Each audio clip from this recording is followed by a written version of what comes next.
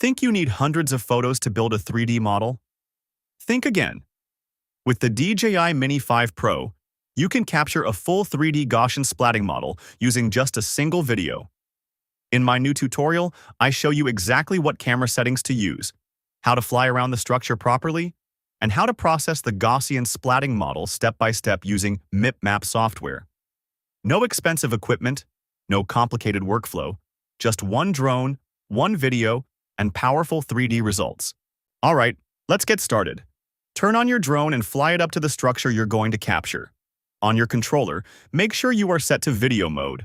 Next, tap the three dots in the top right corner, go to Camera, and enable Video Subtitles. You might be wondering, why video subtitles? Video subtitles equals GPS data for each frame. When you extract frames from the video, the software can use the subtitle GPS data to determine where the frame was captured on Earth camera position, alignment of images, model geolocation. Without subtitles, frames have no geographic reference. The software does not know where the images belong on Earth. With subtitles, frames can be geo-referenced. Models align correctly on the map. This is why enabling video subtitles on DJI drones is critical when using video frames for mapping or Gaussian splatting. Great! Now that you have a basic understanding, let's configure the camera settings. Let's start with the white balance. Tap on white balance, set it to auto, and then turn auto off to lock the value in place. Next, set your video resolution to 4K and your frame rate to 30 frames per second. Make sure you are shooting in the normal color profile. Then tap the shutter icon and adjust your ISO and shutter speed. Set your ISO to 100 and your shutter speed to 1/60. Since we are recording at 30 frames per second, we follow the double frame rate rule, which means the shutter speed should be roughly double the frame rate. Next, switch your drone to cine mode, hit record and begin flying a smooth orbit around the structure. Personally, I prefer to fly my orbits manually because it gives me full control over the movement. But if you prefer, you can also use the tracking feature to help create the orbit. The goal here is to record the entire structure from every possible angle in one continuous video. That way, you capture all sides of the structure in a single pass. Take your time with this. There's no need to rush. Just make sure the structure stays centered in the frame throughout the orbit. Since this church has a bell tower, I'm going to perform an orbit around it to make sure I capture every angle of the tower. And as you can see, I'm taking my time with this. I'm not rushing the process. I'm flying the orbit slowly and smoothly, making sure that every part of the church is captured clearly in the video. Next, I'm going to try to capture the front of the church, including the stairs leading up to the entrance.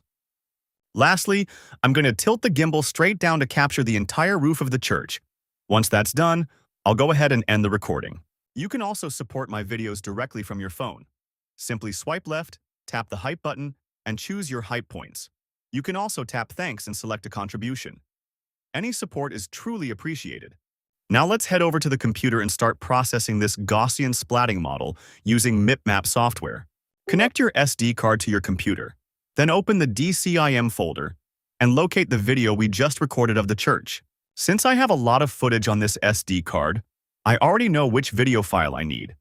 The most important thing here is that you copy the video file together with the SRT file. The SRT file contains the GPS subtitle data. Let's create a new folder on the desktop and transfer both the video file and the SRT file into that folder. Copy both files, the video and the SRT file. Create a new folder on your desktop and paste the files into that folder. Make sure that both files have the exact same name. Do not rename them with different names because MipMap will not be able to read the GPS data. The software needs the video file and the SRT file to have the same name so it can correctly link the GPS information to the video frames. Great! Now that we have both files ready, let's go ahead and open MipMap software. And if you'd like to see a full step-by-step tutorial on MipMap, click the video linked above in the top right corner. Now that MipMap is open, let's go ahead and create a new project. Give your project a name and then click Confirm. Next, select Video and locate the folder that contains the video and the SRT file. The software will only display the video file, so you won't see the SRT file in the selection window. Don't worry about that. MipMap will automatically read the GPS data from the SRT file in the same folder. Once you select the video file, click Open. Next, you'll see the option for video frame extraction, where you can choose the time interval for extracting frames. Personally, I like to set mine to produce around 340 to 400 images, so I can capture more detail in the model. The automatic pose extraction feature will estimate the number of frames automatically. However, you can also disable it and manually adjust the time interval until you reach your desired number of frames.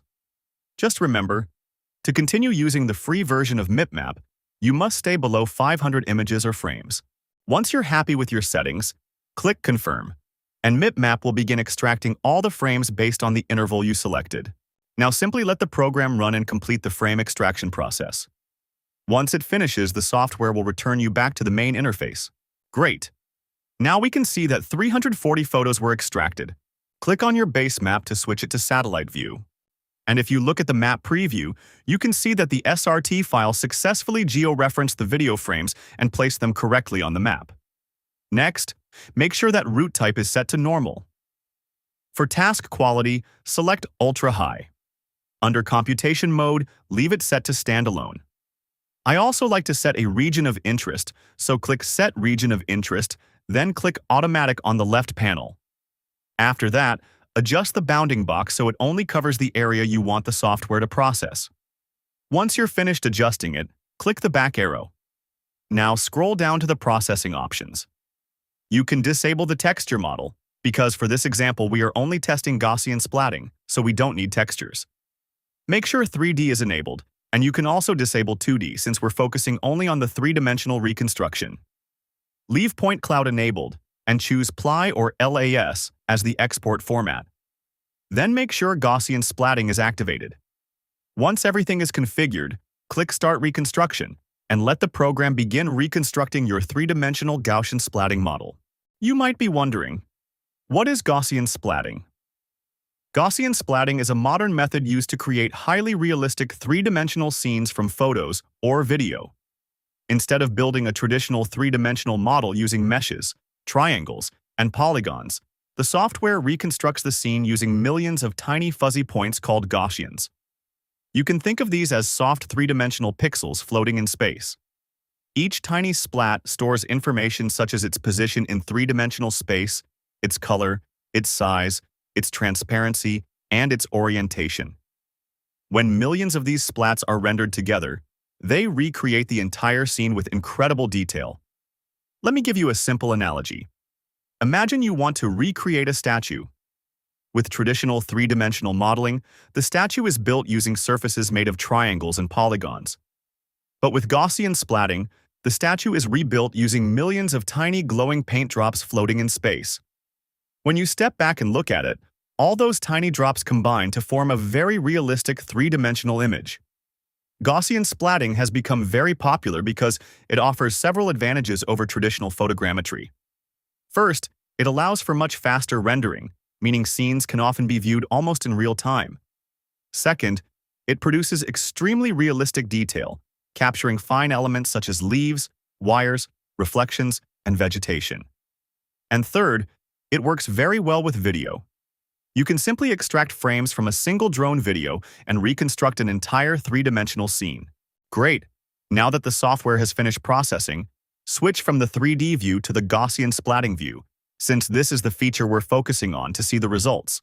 In the top right corner, you'll find the navigation menu, which shows you how to navigate and explore the Gaussian splatting reconstruction. Let's close the right panel and the left panel so we have more screen space to view the Gaussian splatting reconstruction. Use the navigation keys to freely explore the 3D Gaussian splatting scene and move around the model from any angle. Take a moment to look closely at the extraordinary level of detail and realism captured in this reconstruction. Notice how fine elements such as edges, textures, and subtle lighting are preserved with remarkable accuracy. This is what makes Gaussian splatting so powerful.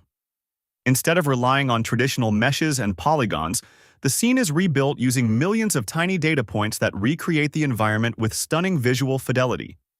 Technologies like this are transforming the way three-dimensional models are reconstructed, allowing creators to generate highly realistic digital scenes faster and more efficiently than ever before.